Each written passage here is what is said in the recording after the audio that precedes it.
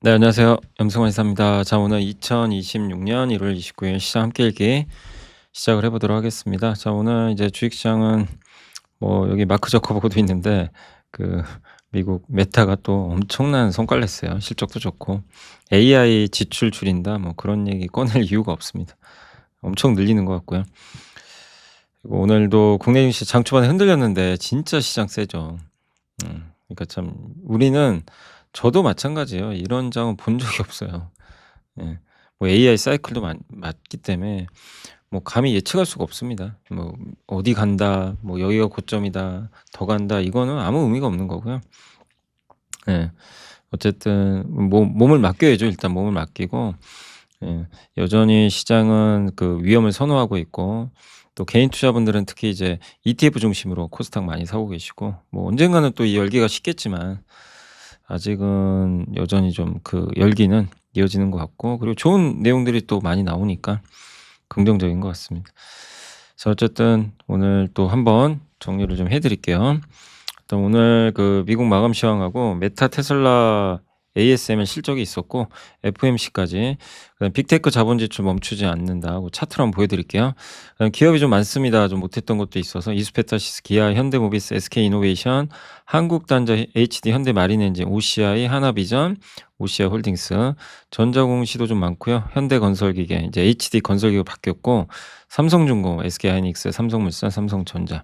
그리고 미국 증시 추세 유지 조건, 원자재 슈퍼사이클 시작, 이제 비철금속, 뭐 구리 같은 게 괜찮다는 얘기고, 루마니아 전차 도입 사업 업데이트, 요거는 이제 그 현대로템에 좀 긍정적이고요. 그다음 반도체, 데이터 센터 연결이 구리에서 광으로 바뀐다. 요런 내용들 한번 또 소개해 드리겠습니다. 자, 오늘 AI를 진정 의심했느냐 아직도 의심할 이유가 없고요. 네. 반도체 급등했고 S&P 500은 7,000 포인트도 한번 찍고 내려왔습니다. 야간 선물 좋았고요. 달러는 좀 올랐고 네. 그래서 오늘 FMC는 금리는 동결했고요. 한번씩 보겠습니다. 금리 동결하니까 좀 일부 실망감이 있어서 그런지 뭐 예상은 했지만 조금 밀렸고요. 어쨌든 좋았습니다. 미국 증시 나쁘지 않았고 10대 2 표결로 두 명이 금리 동결은 반대했습니다. 제롬 파웰 의장은 이제 정책이 크게 긴축적이라고 말하기 어렵기 때문에 금리 당분간 인하 안 한다 이렇게 언급을 했고요. 예. 금 가격은 또 올랐어요. 5,400이 정말 너무 올라서 좀 걱정돼요, 금도. 와, 저렇게 막 미친 듯이 오릅니다. 이게 트럼프랑 달러를 신뢰를 안 해서 그래요. 지금 저렇게 오르는 것 중에 이유가. 그리고 달러는 지금 22년 이후 최저치까지 떨어졌는데 트럼프는 달러 약세를 용인하고 있어요. 그리고 메타와 이제 테슬라 실적이 있었고 한번 말씀드리겠습니다. 자, 금리는 동결했고 연준은 이틀간의 정책 회의 끝에 기준금리를 동결했고 크리스 윌러 총재와 스티븐 미란 총재는 25bp 인하를 주장하며 반대했습니다. 이 성명서에서 연준은 경제와 고용에 대한 판단이 긍정적이다. 그러니까 뭐 모더레이트란 표현을 썼거든요. 지난번에는. 예, 근데 솔리드. 그러니까 솔리드 뭐죠? 딱딱하다, 단단하다는 그 뜻이잖아요. 그러니까 경제 괜찮다. 이 얘기는 뭐예요? 금리 안 낮추겠다는 거예요. 당분간. 음. 그래서 실업률 하방 압력 증가 문구를 삭제해 버렸어요. 경제 견조하다. 다만 물가 여전히 좀 높은 것 같다. 예. 요렇게 했고 그래서 파월 의장이 했던 말인데 물가는 2분기 중에 고점 찍을 것 같아요. 1분기 말이나 2분기쯤에 고점 찍고 내려갈 거다. 근데 그거 확인한 다음에 인하할 수도 있다. 그러니까 이 말에 의하면 이제 1분기나 2분기 어느 시점에 고점 찍고 물가가 꺾이면 6월에 아마 금리 인하할 것 같아요. 그리고 정책이 크게 긴축적이진 않으니까 뭐 굳이 금리 인하할 필요는 없고 여기선. 금리 인상은 아닙니다. 예, 금리 인상은 선을 그었어요. 연준 독립성 지켜야 된다. 리사쿡 연준 이사 해임 그것도 참 있을 수 없는 일이 발생했다. 뭐 이런 얘기를 하신 것 같고 금 가격 신뢰성을 잃고 있다는 주장이 있지만 사실 아니다. 인플레이션 기대치 보면 우리의 신뢰성은 유지되고 있다. 예. 그러니까 이제 금이 너무 오르는 게 연준도 못 믿겠고 트럼프도 못 믿겠고 미국도 못 믿는 거 아니냐? 네, 아니다라고 언급을 했고 연말까지 2번 금리 인하할 것 같아요. 6월에는 한 번 할 것 같고 뭐 하반기 언제쯤인지는 모르겠습니다. 한 번은 더 할 것 같습니다. 결론 당분간 동결, 미국 경기 괜찮고 물가는 서서히 꺾일 것 같고요. 한 2분기 고점으로 해서.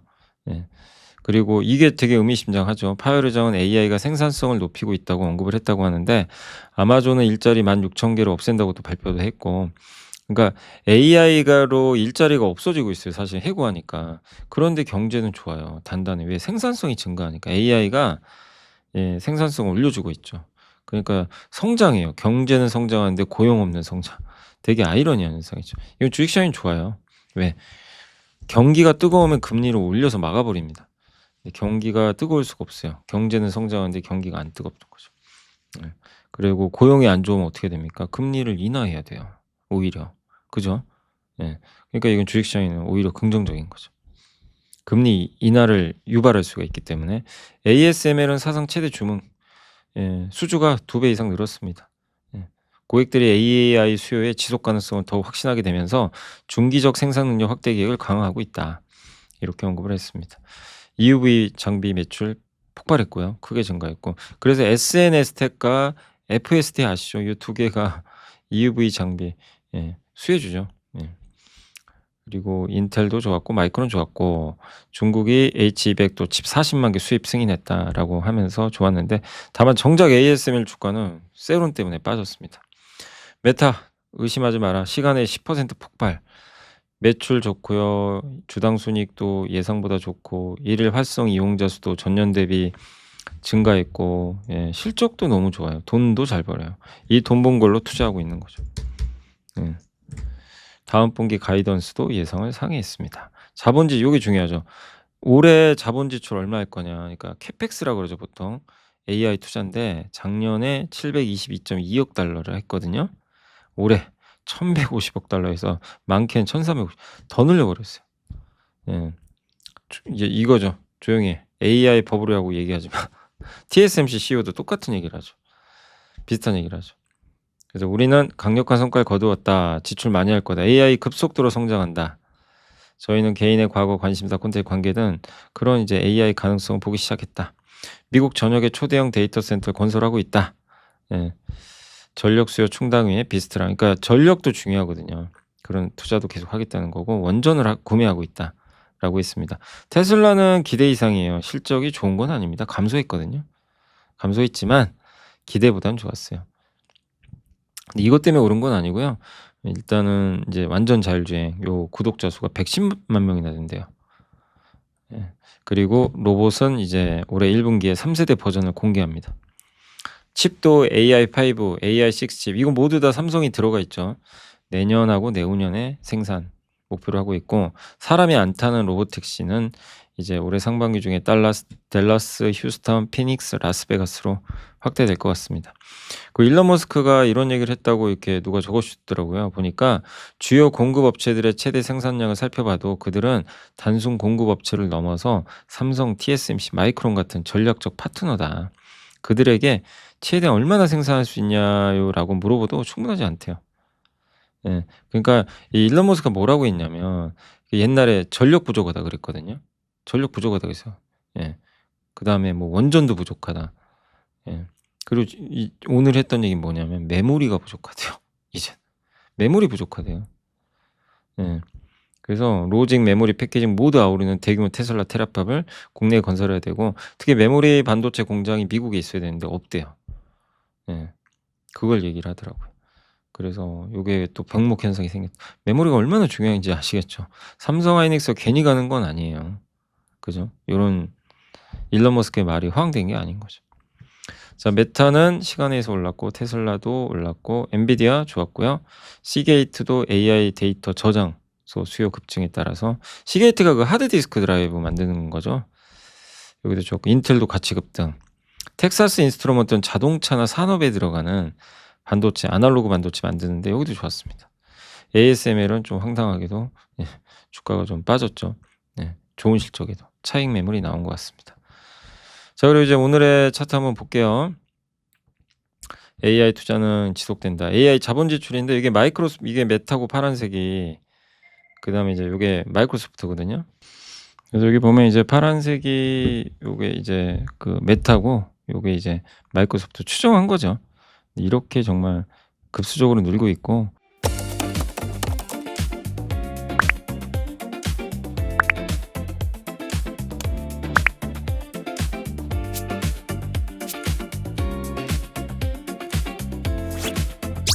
주식이 복리로 쌓이는 투원투게더. 예, 메타가 자본 지출을 엄청 늘리고 있어요. 예, 작년에도 113%, 올해도 예, 보시면 전년 대비 73%, 예, 끝없이 늘리고 있습니다. 예상이 1,106억 달러니까 과거에도 보시면 이렇게 27%, 23년에만 좀 감소했죠. 이때만 감소하고 계속 늘리고 있어요. 그래서 여기 이제 메타, 예, 마이크로소프트, 예, 투자하는 거죠. 이제 올해 전망입니다. 중간가 증가 연평균 77, 연평균 44%. 그래서 오늘 실적 발표했고, 그러니까 우리가 봐야 될 건 지출 얼마나 할 거냐. 이렇게 미친 듯이 투자를 해요. 우리 상상을 넘어요. 그러니까 감히 상상할 수가 없어요. AI 뭐 버블이다 아니다 이게 문제가 아니고 도대체 어디까지 투자할지 저도 모르겠어요. 이런 게 좀 너무 놀라운 거죠. 그래서 빅테크들은 당장 돈이 되지 않더라도 AI 경쟁에서 질 수 없게 미친 듯이 투자를 하는 거고, 또 네덜란드 반도체 장비 기업 아까 말씀드린 ASML도 수주가 2배나 늘었고, 그러니까 AI 일부 기업은 버블이 있을 수 있어요. 뭐 아예 버블이 없다고는 말 못합니다. 뭐 그런 기업도 있겠지만 우리가 흔히 아는 큰 회사들은 버블이 없어요. 돈도 잘 벌고 그 기반이 하고, 그리고 메모리는 뭐 지금 너무나 공급 부족이고. 예. 그래서 요게 ASML의 이제 그거거든요. 반도체 장비 수주 잔고인데 이제 보시면 요번에 예, 이렇게 늘어난 거예요. 수주가. 분기 수주가. 예, 그죠? 잔고가. 그러니까 신규 수주가 폭발한 거죠. 그만큼 요걸 본다면, 요걸 보여드린 이유는 이제 메모리가 좋다는 얘기입니다. 반도체. 삼성 하이닉스가 괜히 오르는 게 아니구나. 요걸 이제 한 번 더 우리가 확인하는 거죠. 그렇게 생각해 주시면 될 것 같습니다. 아, 맞아요. 또 실적도 오늘 일단 현재까지 발표한 것만, 실적 중에 어제 이제 하이닉스가 발표했죠. SK 하이닉스가 발표가, 잠시만요. 아, 근데 이제 저기 동아일보에서 전화가 왔는데 기자분이 예, 갑자기 현대차를 이제 물어보셔 가지고 요걸 이제 한번 현대차 잠깐 정리한 게 있는데, 아무튼 그렇습니다. 아무튼 현대차 실적 안 좋은데 날라가요. 참 아이러니하시죠. 아니 숫자가 안 좋은데 왜 급등하지? 이럴 수 있는데, 그 제가 말씀드린 건 뭐냐면 주가를 결정하는 요소가 옛날에 현대차 뭐 차 얼마 많이 팔고 막 이런 거잖아요. 지금은 아니에요. 지금은 기본적으로 잘 팔아야 되겠지만 로봇입니다, 로봇. 로봇과 자율주행 얼마나 잘할 거냐. 예. 또 이재명 대통령이 방금 한마디 했거든요. 그 현대차 노조가 아시죠? 그 얼마 전에 로봇 한 대도 들어올 수 없다. 반대했죠, 로봇 대세. 근데 이재명 대통령이 얘기를 하신 것 같더라고요. 이 대세를 거스를 수 없지 않냐. 이제 예, 그런 식으로 좀 얘기를 하신 것 같더라고요. 그것도 힘을 실어주는 거죠, 현대차 주가에. 그래서 현대차가 마치 그 테슬라처럼 좀 변했어요, 요즘에. 숫자보다 이제 이벤트 뭐 이런 로봇 요걸로 좀 바뀌는 것 같습니다. 자, 아무튼 이제 하던 얘기 좀 하면 하이닉스 매출액, 영업이익 19조 원 나왔고요. 이제 자세한 이제 내용은 내일 보고서 보고 뭐 삼성도 정리 한번 해 드릴게요. 낸드가 너무 좋았어요, 낸드가. 이게 정말 미쳤습니다. 이 디램이 보다 낸드가 진짜 깜짝 놀랐어요. 그래서 올해 판매가 100% 오를 거래요. 공급 부족 그리고 27년까지 이어집니다. 그래서 낸드 AI로 재탄생하고, 고객들은 달라 그러는데 줄 수도 없고, 뭐 디램 거지란 표현이 맞아요. 낸드 거지, 디램 거지. 예, 표현이 좀 그렇지만 못 받아요. 예, 너무 지금 수요는 많은데 공급이 부족해서. 그래서 HBM, 디램, 낸드까지 3단 콤보, 주주환원까지. 예, 주주환원 이따 한번 말씀드릴게요. 자사주 소각 배당까지 합니다.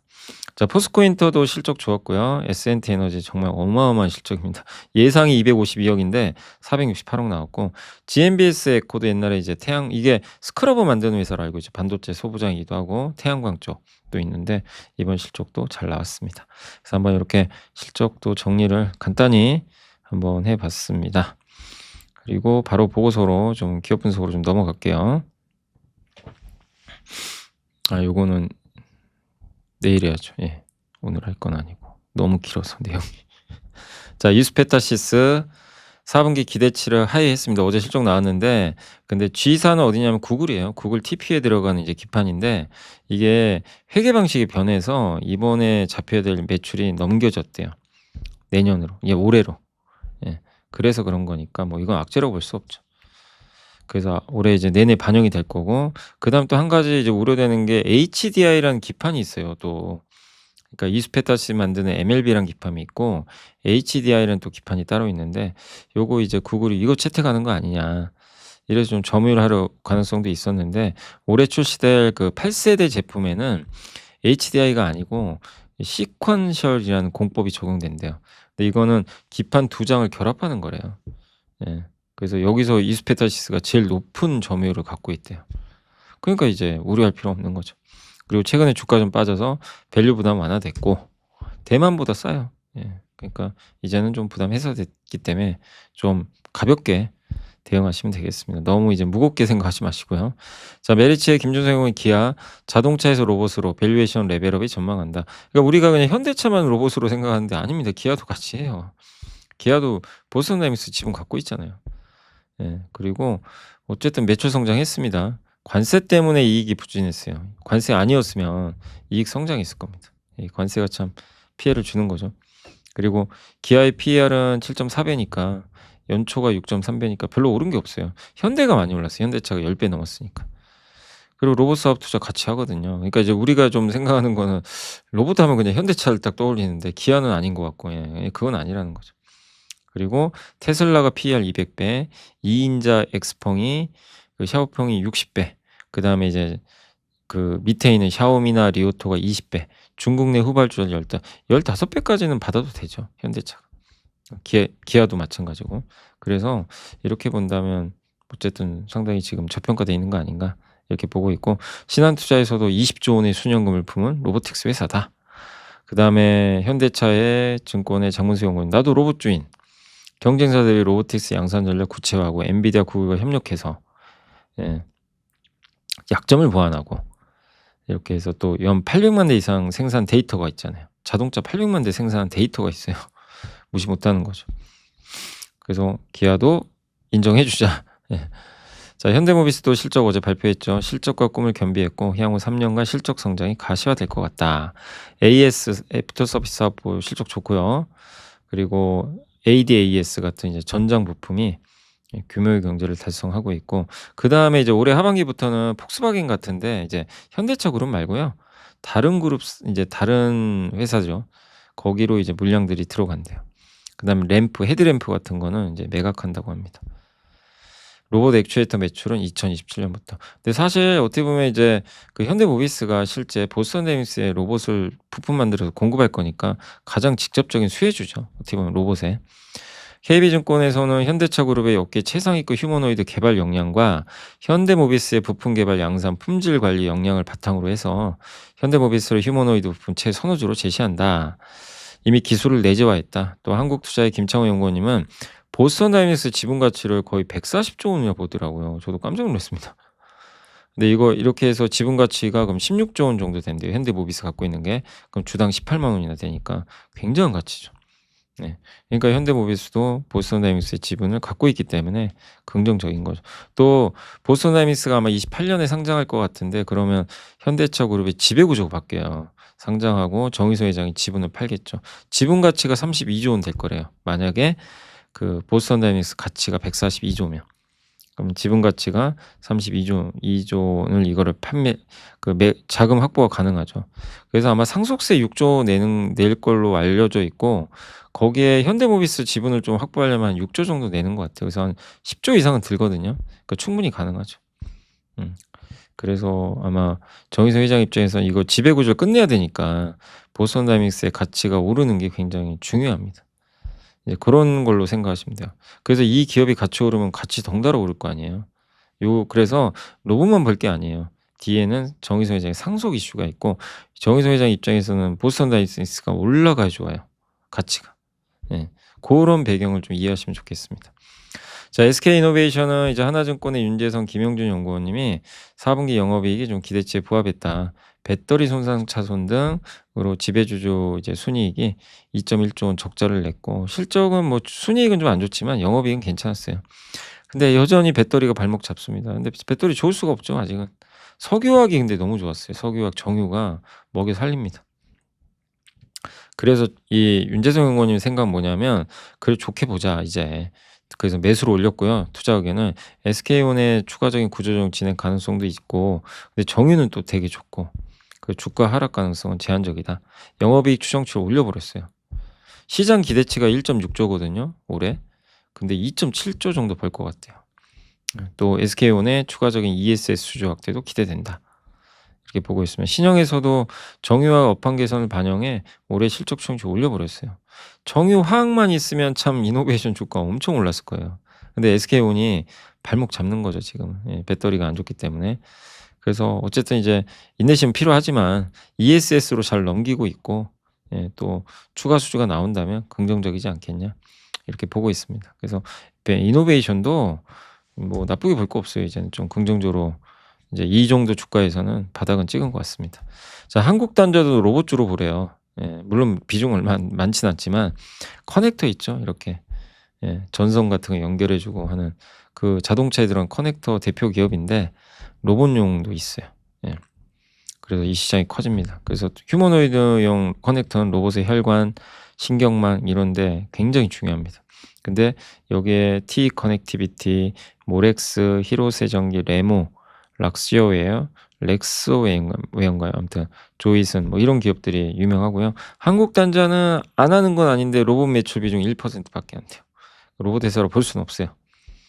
예. 근데 글로벌 전기차 로봇 개발에서 아마 테슬라 같긴 한데 거기에 전기차용 차지 인렛이란 부품을 이미 공급하고 있고 이걸 기반으로 아마 휴머노이드 로봇까지도 진출하는 거 아니냐 이렇게 보고 있습니다. 근데 이게 아니더라도 회사가 괜찮아요. 근데 이제 전기차 시장이 안 좋으니까 그래서 좀 약간 거기서 좀 그 안 좋은 부분들이 좀 있긴 있었죠. 네. 실적도 좀 정체되고 현재 PER 7배 밸류에 이런 요인들은 반영됐다. 그래서 배당 수익률 지금 4.3%고요. 예. 어쨌든 한국단자도 저는 괜찮게 생각합니다. 예, 다만 구리값 오르는 게 좀 부담이에요. 구리값 오르면 좀 안 좋거든요. 네. 그러니까 좀 주도주가 되기는 어렵죠, 아무래도. 예. 근데 로봇 테마가 붙으면 또 모르는 거죠, 그건. 현대 마린 엔진 실적 좋습니다. 24년 수주한 초대박 엔진으로 4분기 영업이익률 25.1%, 26년에도 가파르게 실적이 개선될 것 같고요.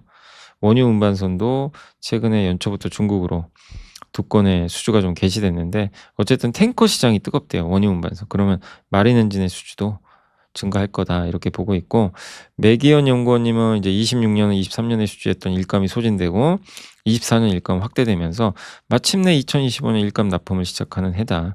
그래서 24, 25년에 있었던 중국 조선소발 엔진 단납 기술, 그러니까 24, 25년에 중국에서 엄청나게 발주한 게 있거든요. 그거를 이제 한번 판가 급등을 확인해 보시고 그게 반영되면 실적이 더 좋겠죠. 그러니까 숫자는 확실히 좋아지는 것 같습니다. 자, 저희 당사 이제 LS증권의 정경영 연구원님 1월 15일 자료입니다. 좀 오래되긴 했는데 OCI 제가 하려다가 좀 시간이 늦어져 가지고, 자, 포스코 퓨처엔과 합작 설립한 P&O 케미칼 제철 공정 부산물을 이용해서 2차 전지 응급제에 들어가는 소재를 좀 만드는, 네, 회사인데 100% 지분 갖고 있고요. 실적은 그렇게 좀 좋진 않았죠. 2차 전지 수요가 뭐 별로 안 좋으니까. 예. 그래서 이거를 이제 손상 차손, 한마디로 이거에 대한 이제 자산 상각을 해 버린 거죠. 손실을 인식해 버린 거예요, 가치가 떨어지니까. 그래서 이제 요걸 반영을 했고 이제 이렇게 되면 이제 감가상각비가 줄 거예요. 그래서 올해 실적에는 좀 부담이 없어요. 비용이 일단 주니까. 그래서 저수익 자산 효율화 전략 펼치고 있고, 그다음에 반도체에 들어가는 폴리실리콘 만드는 회사거든요. 근데 반도체 업황 지금 좋아지니까 요것도 개선될 것 같고, 반도체 과산화 수소 여기가 한솔케미칼과 경쟁하죠. 그래서 카본 케미칼에서는 또 고압 전선용 전도성 카본 블랙 투자도 끝나서 올해는 좀 터닝하지 않겠냐 이런 관점입니다. 그래서 올해는 한번 지난 한 2년 힘들었잖아요. 올해는 좀 터닝하길 기대하고, 하나비전이 참 주가 좀 답답하시죠. 이게 같은, 아니 한미반도체는 저렇게 잘 가는데 같은 그 반도체 그 하이닉스에 납품하는데, 물론 뭐 한미가 월등히 많죠, 물량은. 근데 원래 본업은 시큐리티예요. CCTV 만드는 세계적인 업체예요. 거기서 돈 잘 벌어요. 그래서 지금 주가는 좀 저평가돼 있는 거예요, 그거 이걸 생각하면. 근데 많은 분들이 원하는 거, 그래서 HBM용 TC 본드란 장비를 언제 수주할 거냐, 더. 하이닉스에 수주를 더 해야 되는데 안 나와요. 그러니까 주가 잘 안 가요. 여기는 아직 적자입니다. 근데 HBM 투자할 거고 앞으로 수주가 나오지 않겠냐 이렇게 보고 있고, 작년 4분기 월 17만 장, 올해 4분기에 월 22만 장 생산할 거거든요, HBM. 예. 하이닉스가 HBM4도 아마 점유율이 제일 많을 거예요. 그래서 하나비전도 이제 공급을 또 추가로 하지 않겠냐 이런 기대감은 있습니다. 그리고 원래 본업인 CCTV가 또 돈 잘 벌어 주니까 하방이 되게 단단한 기업입니다. 고거는 긍정적이죠. 그래서 어쨌든 올해 실적도 좀 나아질 것 같으니까 괜찮게 좀 보고 있는 것 같고요. 그다음에 여기는 이제 연세대학교 거기 가치투자 연구회에서 아마 한 것 같은데 OCI 홀딩스 잘 썼더라고요.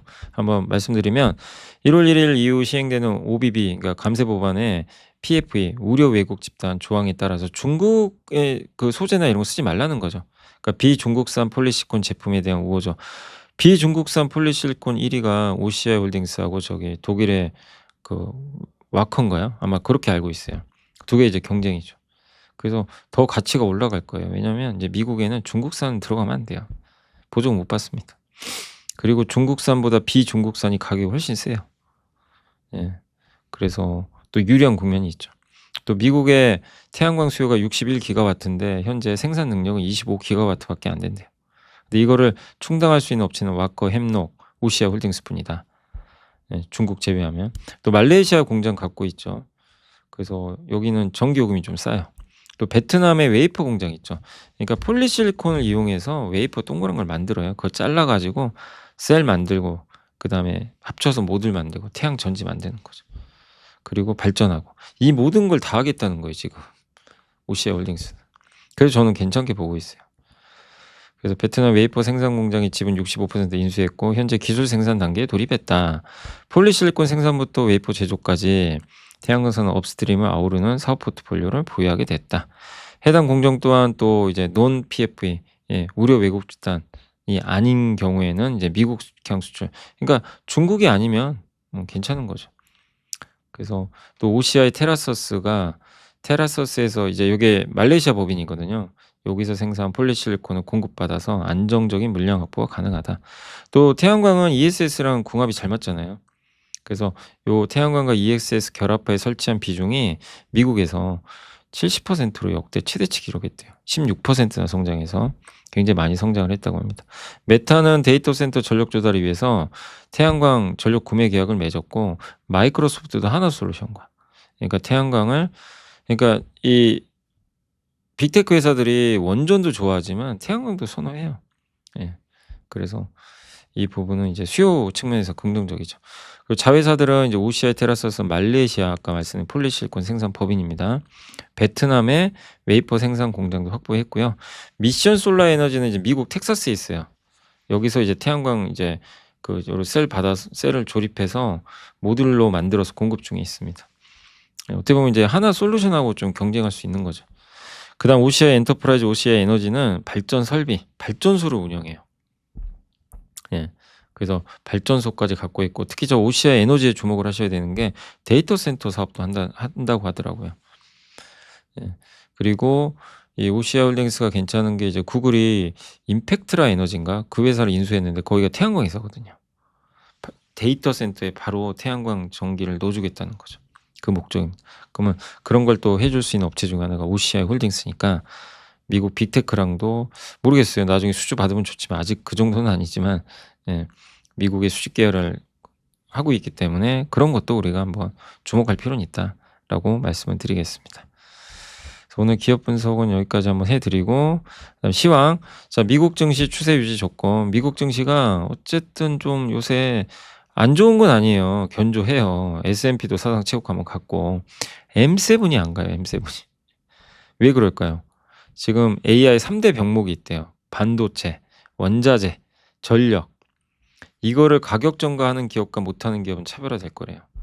그래서 AI 클라우드랑 소프트웨어 기업들은 이거 가격 전가 못하는 거 아니야? 그래서 좀 부진하다는 거예요. 그래서 이번 실적에서 확인할 건 메타는 가격 전가하는 것 같아요. 메타 실적 너무 좋았죠. 그래서 그 가격 인상 통해 이런 막대한 비용들, 이런 비용들 있잖아요. 반도체 구매비, 원자재 구리음 비용비, 구매비, 전력비 이거를 그 커버하면서 가격을 전가할 수 있는 기업들이 이제는 선택받을 수 있다는 거예요. 그게 안 되면 주가가 이제 선택 못 받는 거죠. 이제 이게 중요하다. 그래서 아무나 간다는 건 아닙니다. 알파벳이 구글 클라우드 데이터 전송료를 올려버렸대요. 구글 클라우드 데이터 전송 "데이터 쓰고 싶어? 50%더 내." 알파벳은 된다는 얘기예요. 가격 전가를 하잖아요. 그죠? 예. 근데 아마존, 마이크로소프트도 이게 가능한지 모르겠어요. 그래서 비용을 전가한다면 빅테크에 좋다. 이런 것들을. 예.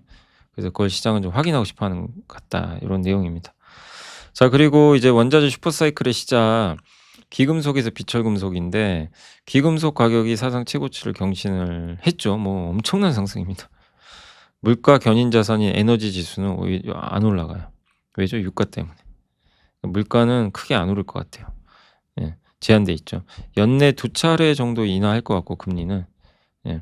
그래서 부채 증가도, 부채가 또 너무 많으니까 금, 은으로 해지하는 거죠. 예. 근데 이런 상황에서도 막 각국이 선거에서 이기려고 돈을 엄청 풀죠 또. 예. 그 귀금속 하는 거죠. 근데 이제는 귀금속도 좋지만 비철금속, 아연, 구리 막 이런 거 하자는 거죠. 지금 아연 수요가 되게 안 좋대요. 중국 부동산 경기 붕괴로. 근데도 가격이 오른대요. 그러니까 이건 유동성이 들어오는 거죠, 이쪽으로. 그래서 원자재 발 슈퍼사이클 시작됐다. 예. 그래서 휴머노이드한 구리 수요로 옛날에 거대하게 한번 뭐 주가 오른 적이 있었는데 뭐 그런 것처럼 어쨌든 지금은 금보단 비철금속 사자. 그러면 이런 관점으로 보면 상사주도 괜찮아요. 종합상사, 그죠? 종합상사 진짜 안 갖춰 주가. 예. 뭐 거기 뭐 있죠? 이제 포스코인터, 현대코퍼레이션, 또 LG LX인터, 예, 이런 기업들이 참 답답했는데 이런 원자재가 오른다면 좋고, 또 굴삭기도 좋죠. 이 원자재 그 광물 같은 거 캐야 되니까 그런 수요도 있고. 그래서 원자재를 보되 좀 비철금속을 보자. 그리고 비철금속이 좋으면 어디가 수혜 주죠? 고려아연. 근데 고려아연 너무 올랐고 뭐 풍산, LS 같은 거 여기가 이제 수혜를 받겠죠. 자, 그리고 방산 루마니아 전차 도입 사업을 한대요. 그래서 전차 도입 사업은 2단계로 추진을 한대요. 1단계 54대는 미국이 확보했고 2단계는 216대 전차랑 76대 지원 차량인데 2026, 2030년 집행할 전력 현대화 사업 일부에 루마니아는, 그러니까 이렇게 이런 이제 전력을 현대화하는 사업에 루마니아가 유럽에 대출 프로그램을 쓴대요. 근데 이 대출 프로그램을 쓰면 저금리로 대출받을 수 있는데 문제가 뭐냐면 유럽, EA, 우크라이나의 공급망을 무조건 활용을 해야 된대요. 최소 65% 제품 원가에. 그럼 우리가 불리하잖아요. 독일 회사가 유리하죠. 예, 우리는 독일과 경쟁해야 되는데. 그래서 기대감이 좀 줄어들었대요. 근데 1월 26일 날 루마니아가 목록을 발표했대요. 대출 프로그램 사용할 목록. 봤더니 전차는 안 들어가 있대요. 전차는 이 목록에서 빠졌어요. 그럼 뭐죠? 전차는 이 대출 프로그램 안 사용하고 구매하겠다는 거죠. 그럼 우리나라 무기도 쓸 수 있다는 거예요. 그죠?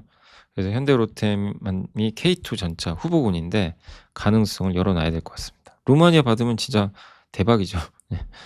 그 현대로템의 디펜스 쪽 이제 전차 만드는 사업부는 가동률이 100% 이상 매분기 나오고 있고, 폴란드 잔여 계약이 있고, 그다음 이라크 잠재 수출까지 고려하면 뭐 증익 가시성 여전히 높다. 그래서 방산도 예, 여전히 저도 주도주로 생각하고 있습니다. 자, 반도체는 긍정적인 실적과 이벤트가 이어지는 반도체. 자, SK하이닉스의 긍정적인 실적 발표가 있었고 자사주도 소각을 발표했습니다. 2.1%. 위 글씨가 왜 이러죠? 2.1%. 추가 배당 포함하면 14.3조 원.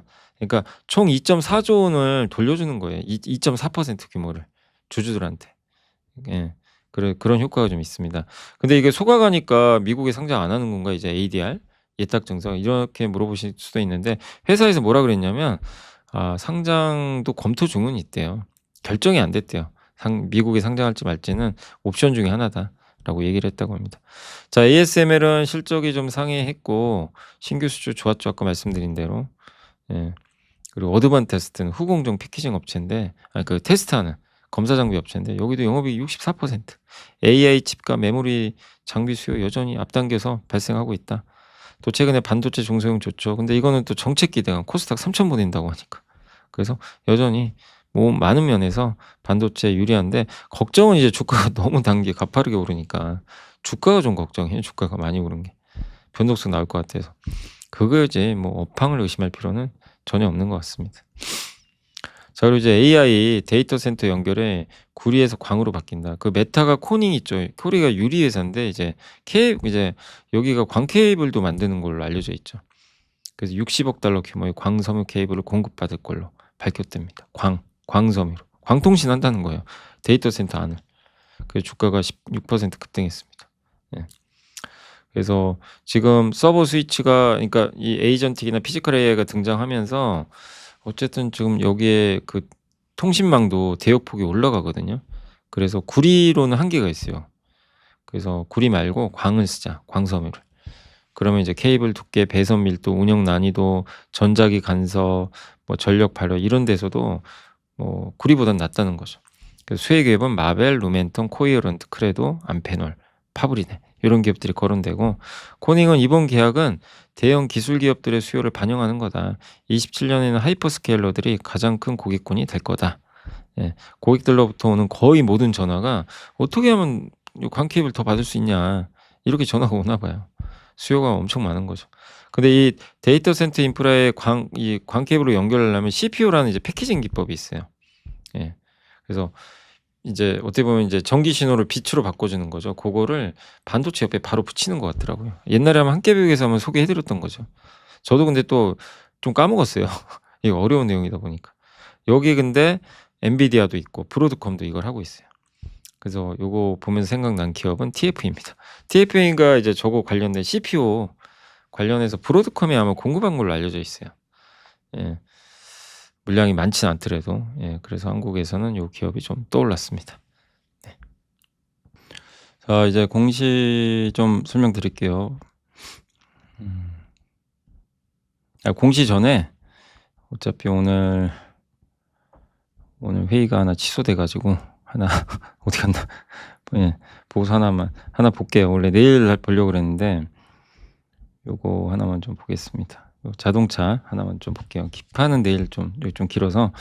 자, 현대차 그룹의 이제 리레이팅, 요게 이제 IM증권의 이상수 연구원이 쓰신 건데, 이제 두 가지 자율주행과 로봇이죠. 로봇 쪽인데 1월 20일 기준 현대차 그룹이 알파마요를 사용할 거라는 공식적인 내용은 없고요. 근데 현대차 그룹이 이제 박민우 박사를 엔비디아와 테슬라에서 개발한 이력을 갖고 있는 사람을 영입했죠, 본부장으로. 예. 이를 두고 시장에서는 뭐 현대차 그룹이 알파마요를 활용할 거는 쪽으로 이제 중론이 모아지고 있는데, 이 엔비디아 입장에서도 현대차는 알파마요 알고리즘을 완성시키는데 매우 중요한 파트너죠. 예. 파트너일 수밖에 없고, 알파마요 한번 예전에 한깨배우에 설명해 드렸죠. 예. 가상 공간에서 그 자동차를 학습시켜 가지고 예, 실제 투입하겠다, 요런 건데 그게 가능할지 안 할지는 아직은 몰라요. 검증이 안 됐으니까. 테슬라랑 이제 비교할 수밖에 없고. 예. 근데 알파마의 단점은 테슬라 대비 열이엔이 실제 데이터가 아니에요. 그리고 가격이 좀 비싸요. 예. 그래서 이를 해결하려면 자율주행을 탑재한 차량 대수 늘려야 되는데, 일단 벤츠에 먼저 들어가죠. 벤츠에. 예, 벤츠에 들어가고 어쨌든 이제 그걸 해서 협력사를 늘려야 되는 거죠. 그래서 그 협력사 늘릴 때 현대차만큼 좋은 기업이 없어요. 예. 테슬라 제외하면 대형사 중에 현대차 그룹과 중국 선두 자동차 회사가 유일하게 자율주행을 하고 있어요, 개발을. 예. 그러니까 이제 그런 관점에선 그 어떻게 보면 현대차 입장에서는, 아니 그 엔비디아 입장에서는 현대차가 필요한 거죠. 그래서 중국 기업 중에 이제 완성도가 높은 이제 샤오펑 같은 경우는 2019년부터 자사 소프트웨어 엑스파일럿을 배포를 해서 이미 적용 중에 있대요. 근데 현대차는 아직은 엔드 투 엔드, 이제 처음부터 끝까지 하는 거죠. 이것도 한번 한깨벽에 설명해 드렸죠. 예. 차가 규칙대로 이렇게 하나씩 학습한 게 아니라 인간처럼 실제 운전하는 거죠, 눈으로 보면서. 예. 그런 것들을 이제 한 지가 1년도 안 됐기 때문에 중국보다는, 샤오펑보다는 기술력이 좀 떨어질 수밖에 없어요. 아직은 경험이 좀 적기 때문에. 그래서 그렇게 좀 일부 할인은 좀 불가피하다, 중국 회사보다, 자율주행 쪽에선. 근데 이제 올해 그 현대차 그룹이 플레오스라는 플랫폼 중심으로 해서 페이스카, 이제 시범 차량을 만들어서 내놔요. 그래서 한 700명 정도가 테스트를 하고 다닐 겁니다. 그래서 올해부터 시작은 하니까 한번 뭐 첫술에 배부를 수는 없지만 한번 자율주행도 기대를 한번 해 보고요. 로봇은 기대를 해야죠. 보스턴 다이내믹스가 구체적인 스케줄을 양산 언제 하겠다 제시를 명확히 했고, 그래서 가장 중요한 게 액추에이터를 비롯한 핵심 부품 공급만 갖추는 건데, 이 휴머노이드의 그 70% 원가가 액추에이터가 이제 구성이 돼 있는 거죠. 그래서 지금 28년도에 보스턴 다이내믹스가 양산을 해야 되니까 시간이 얼마 안 남았어요. 그래서 아마 HL 만도 같은 기업들과 함께 하지 않겠냐. 왜냐 HL 만도는 액추에이터 실제 만들어서 공급한 이력이 있거든요. 휴머노이드는 아니지만 다른 로봇에. 보스턴 다이내믹스의 그 사족 보잉 로봇에는 이미 공급을 하고 있어요. 네. 그리고 이제 구글 딥마인드하고도 협력을 하죠. 엔비디아 파트너십 발표에 이어서 구글과 협력하는 건 "아 이거 이중 투자 아니냐 너네. 너무 중복 아니야?" 근데 딥마인드랑 엔비디아 소프트웨어는 서로 호환한대요. 그래서 엔비디아의 이제 요게 엣지 디바이스 시뮬레이션 엔비디아인데 요걸 이용해서 휴머노이드 내에 탑재를 해 가지고 데이터도 수집하고 추론도 하고 가상 공간에서 학습시키고 요런 목적이고, 구글의 딥마인드 이제 VLA 알고리즘, 그러니까 이거죠. 한번 설명드렸지만 VLM은 "저기 유리컵 있다. 아 유리컵 있네." 인지해요. 끝. VLA는 "유리컵이 있어. 가져와." 액션이죠 A가. 이제 행동하는 거죠. 그 알고리즘을 갖고 있어요. 그래서 이제 구글 딥마인드가 그런 역할을 해 주는 거고요. 예. 그렇게 좀 생각을 하시면 좋을 것 같습니다. 그리고 실제 이게 중복 투자가 아닌 게 핵심 인력이 좀 이동했다고 하더라고요. 25년 11월 보스턴 다이내믹스의 CTO 최고 기술자가 여기 에런 션더스가 구글 딥마인드로 갔대요. 총괄 부사장으로 기술 개발. 예. 중추적인 역할을 수행했던 분이 가 버린 거예요. 그럼 구글 딥마인드랑 지금 협력하기로 했죠. 이 사람이 굉장히 중요한 역할을 하겠죠. 그죠? 예. 그래서 구글의 손을 잡았기 때문에 현대차의 가치도 올라가게 되는 거죠. 그래서 아틀라스는 결국 현대차 그룹의 조립 라인에 당연히 들어가겠죠. 그래서 조립 공정 데이터를 수집해야 하는데 실제 라인에 학습하지 않은 로봇을 투입하는 건 무리가 있는 거죠. 예. 학습을 해야 돼요. 학습 어디서 합니까? RMAC 로봇 메타 플랜트 어플리케이션 센터라고 하는데 이 내부에서 실제 아틀라스가 데이터를 받아 가지고 예 여기서 학습을 해서 이제 성능을 올리는 거죠. 요 사업까지 전개하는 겁니다. 그래서 RMAC 여긴 실제 공장. 예. 여기서 학습해서 여기로 보내겠죠. 요렇게. 그리고 여기서도 또 학습도 하겠죠. 실제 공장 가서 또 학습도 하고 또 이쪽으로 보내고 예 이 두 가지를 이제 병행하면서 학습을 그게 현대차 강점이 있는 거죠. 그래서 로봇에 대한 기대감이 어느 때보다 높고 로봇 쓰면 이제 노무비가 절감되겠죠. 예. 네 그런 부분도 여기 담겨 있습니다. 200,000 달러까지만 제품 가격이 떨어져도 충분히 인건비보단 낫대요. 예. 그래서 아틀라스가 제일 많이 쓸 거는 제너럴 어셈블리. 요게 뭐냐면 이제 그 한마디로 조립하는 거 있죠. 예. 차체 조립하는 거 있죠. 차체가 여러 개로 나눠져 있잖아요. 그런 거 조립하거든요. 그거 사람이 다 해요. 이거 이제 그 노동자들 대신에 이제는 로봇으로 하겠다라고 보시면 좋겠습니다. 자 그래서 전략은 현대차, 기아 등의 완성차 업체 목표 PR의 기준점을 이제 완성차 회사들이 5배에서 11배 받죠. 이거 아니다. 중국으로 옮기자. 중국은 15배 이상 받아요. PR. 그러면 지금 주가도 비싼 건 아닌 거죠. 예.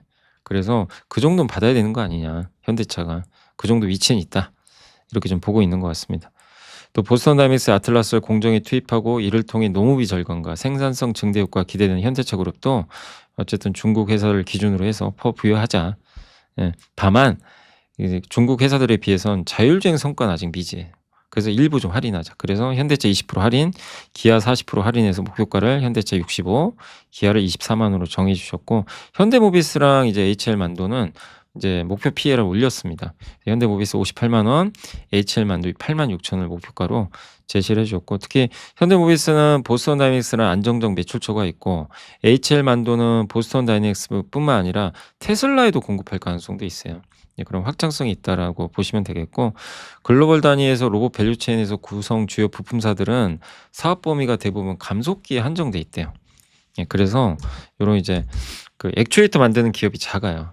예 그래서 경쟁 강도도 낮기 때문에 괜찮다라는 내용으로 보시면 되겠습니다. 그래서 한번 이렇게 우리가 아는 내용도 많이 있지만 좀 한번 정리한다는 측면에서 한번 또 보시면 좋겠습니다. 자 마지막으로 오늘 이제 공시 좀 설명드릴게요. 어제 제가 KTX 에서 좀 정리를 했습니다. 예. 오늘 이제 부산에서 올라오는 길에 그래서 HD 건설기계 이름 바뀌었어요 합병해서. HD 건설기계고 폴란드 K2 전차 엔진 만들어요 건설기계.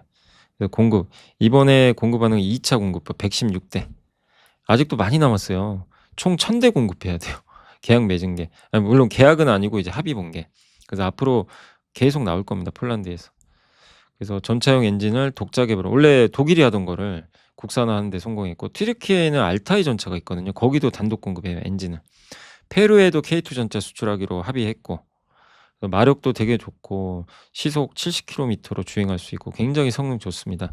그리고 24년 말에 1,400억 들여서 군산 공장 증설했고 올해 말 준공되면 이제 물량이 증가하겠죠.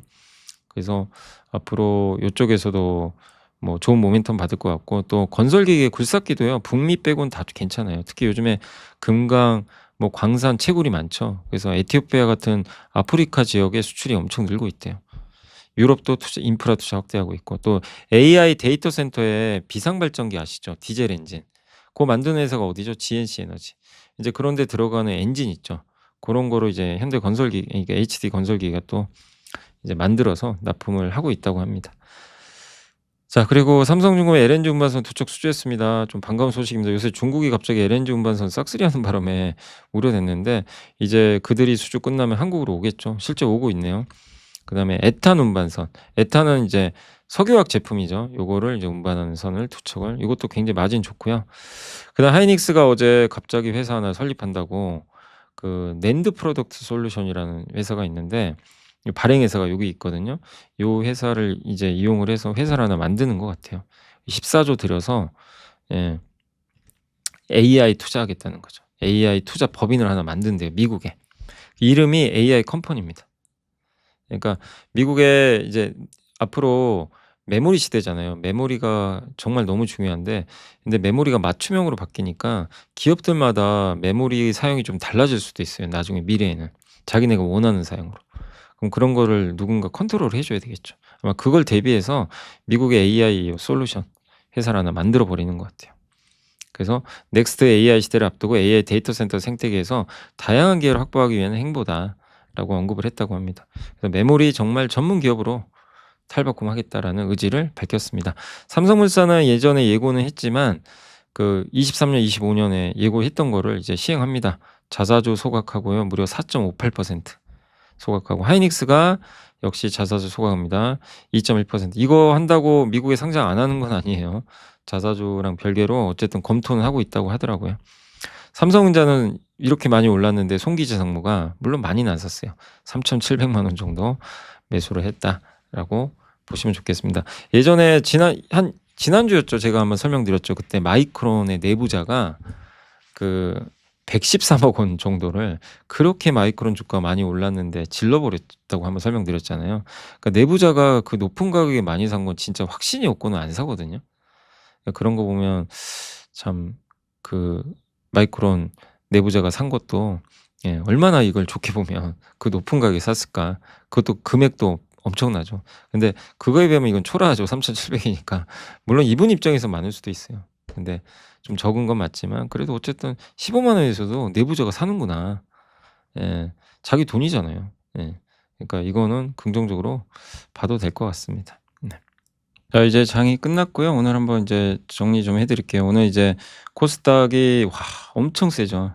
아침에 한번 급락시켰다가 위로 끌어올려서 거의 종가 최고가에 끝나 버렸고 그다음에 이제 오늘 코스피도 상당히 좋았습니다. 예. 진짜 너무 강해요. 이 정도면 한번 빠질 때도 된 것 같긴 한데 지금 조정을 용납을 안 합니다.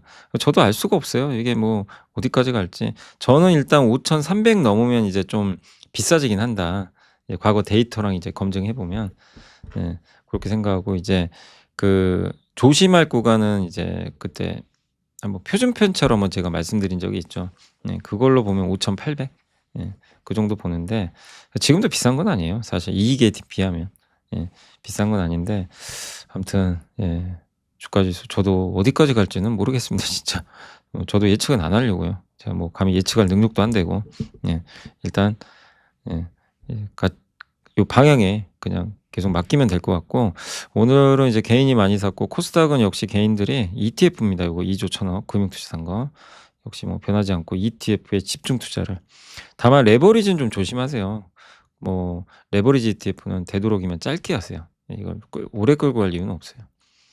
자 그리고 오늘은 이제 섹터는 스페이스X 상장 이슈가 이제 올해 6 월에 상장한다는 얘기가 있어요. 그래서 오늘 다들 좀 급등해 버렸고 그다음에 오늘은 증권주 좋았습니다. 이렇게 거래 대금이 폭발하니 이제 저희도 드디어 가네요. 제가 유일하게 갖고 있는 주식 LS 주식, LS증권. 예. 참 이제 수익 났네요 이제. 예.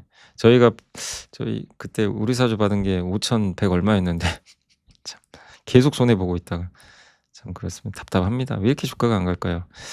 자 아무튼 오늘은 좋았고 그리고 아까 우주항공 말씀드렸고 오늘 뭐 통신 장비도 좋았네요. 인텔리언테가 20%, 항공기 부품, 호텔도 좋았네요. 와 오늘은 내수도 좋았습니다. GSPNL도 많이들 물어보시던데 오늘 10% 올라 버렸네요. 스테이블 코인 관련주도 오늘 좋았고 오늘 네이버 3% 30만 원 꼭 넘었으면 좋겠고 정유도 오늘 좋았습니다. 이노베이션 좋죠. 예, 실적 괜찮았고 GS도 오늘 좋았고 오늘은 그러니까 소외주도 많이 갔어요. 게임주도 요새 분위기 좋고요. 해운 업종도 요새 분위기 괜찮습니다. 네, 나쁘지 않고 네, 페노션도 어느새 5,000원까지는 거의 왔네요. ESS 쪽도 오늘 서진 시스템이 10% 올랐네요. 와 어제는 좀 빠진 것 같더니 오늘은 그냥 하루 만에 들어올렸고 그러니까 여러분들 이런 거 보면 참 그쵸. 그냥 남의 말 듣고 투자한 게 아니라 여러분들이 이 중에서도 공부하신 게 있잖아요. 공부해서 내가 진짜 한번 투자를 해 봤는데 진짜 그대로 움직이네. 그럼 그게 이제 본인 실력이거든요. 그러면서 느는 거예요. 그러면서 실패도 해 보고 내가 이거는 내가 공부해서 해 봤는데 아닌 경우도 있어요. 샀는데 내 생각과 다르게 움직이는 경우. 주가가 그렇게 움직이는 게 아니라 기업의 가치가. 이런 걸 예상했는데 방향을 이상한 데로 가는 경우들도 있거든요, 회사가. 그럼 그때는 손절하셔야 돼요. 예. 근데 주가는 빠졌어도 내가 의지를 갖고 이거 업데이트 해 보니까 이 방향 맞다. 예. 이렇게 해서 이제 끝까지 들고 갔는데 그게 이제 최근에 주가 급등해서 수익이 나면 그건 물론 시장이 도와준 것도 있지만 그거는 진짜 공부하셔서 수익 낸 거잖아요. 그럼 자신감을 가지셔야 돼요, 그런 거는. 운이 아니니까. 예. 그러니까 죄송합니다. 갑자기 이게 목에 뭐가 들어갔는지 죄송합니다. 자 아무튼 이제 그 같은 수익이라도 내가 어떻게 수익 냈냐 다릅니다. 예. 그래서 그걸 좀 한번 말씀드리고 싶었고 아무튼 공부했던 것들이 참 많이 가긴 했네요. 예, 잘 갔네요. 와, 고려아연은 200만 원이에요? 대단합니다. 자 그리고 오늘은 근데 빠진 게 신규 상장주 스펙주가 좀 빠졌고 오늘은 좀 엔터는 좀 쉬어갔습니다. 뭐 많이 빠진 건 아니지만 엔터는 약했고 요새 이제 오늘 삼성전자 좀 약했죠.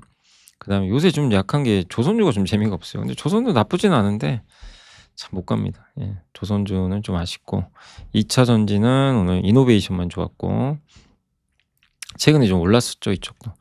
좀 쉬어갔습니다. 그래서 대체로 좋았고 MLCC도 삼성전기도 여기서 좀 아직은 좀 정체 보이는 것 같아요. 그렇고 마지막으로 이제 기업들 한번 보면서 오늘 뭐 증권 한미반도체 20만 원 넘었고요. LS가 7%, SK가 6%, 32만 원. 이제는 진짜 예. 고생들 많이 하셨습니다, 진짜. 예. 참 옛날 생각이 갑자기 나네요. 한화, GS, 기아, 네이버, CJ 네, 다 괜찮습니다.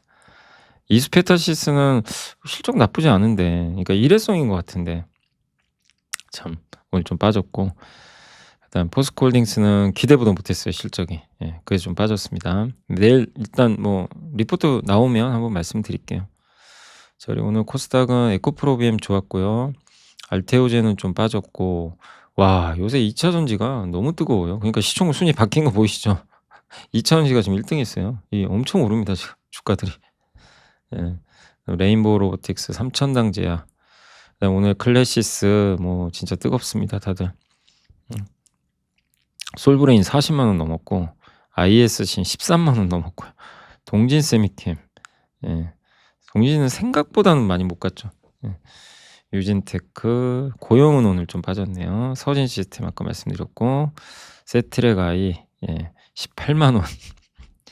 와, SFA가 13% 갔어요. 대단합니다. 자, 아무튼 너무 흥분하지 마시고요. 이게 분명히 근데 제가 이제 마지막으로 이제 오늘 좀 장 마감 이제 마무리하기 전 말씀드리고 싶은 거는 적절하게 현금화할 건 하셔야 돼요. 어떤 거를 구조적 성장 말고 그냥 분위기 따라 오른 것도 있단 말이에요. 아시죠? 그런 거는 좀 적절하게. 아시죠? 그러니까 좀 애매한데 오늘 코스닥 분위기 좋고 막 같이 간단 말이에요. 그래서 막 급등하는 거는 이럴 때 정리를 하셔야지 언제 정리하시겠어요. 그죠? 그 구분을 여러분이 하셔야 돼요. 그러니까 구조적으로 좋아지는 거. 아시죠? 뭔지. 그런 것들은 가져가시면 돼요. 뭐 아니면 뭐 일부만 현금화하든가. 근데 그냥 시장 분위기로 별로 그렇게 썩 갈 만한 건 아닌데 같이 따라서 지금 오르잖아요. 그런 기업들은 적절하게 현금화하셔서 기회로 활용하시면 좋겠습니다. 예. 그 판단은 여러분이 좀 직접 하셨으면 좋겠습니다. 자, 오늘 이제 방송은 여기서 마무리하겠고요. 저는 또 내일 찾아뵙겠습니다. 오늘도 너무 감사드립니다.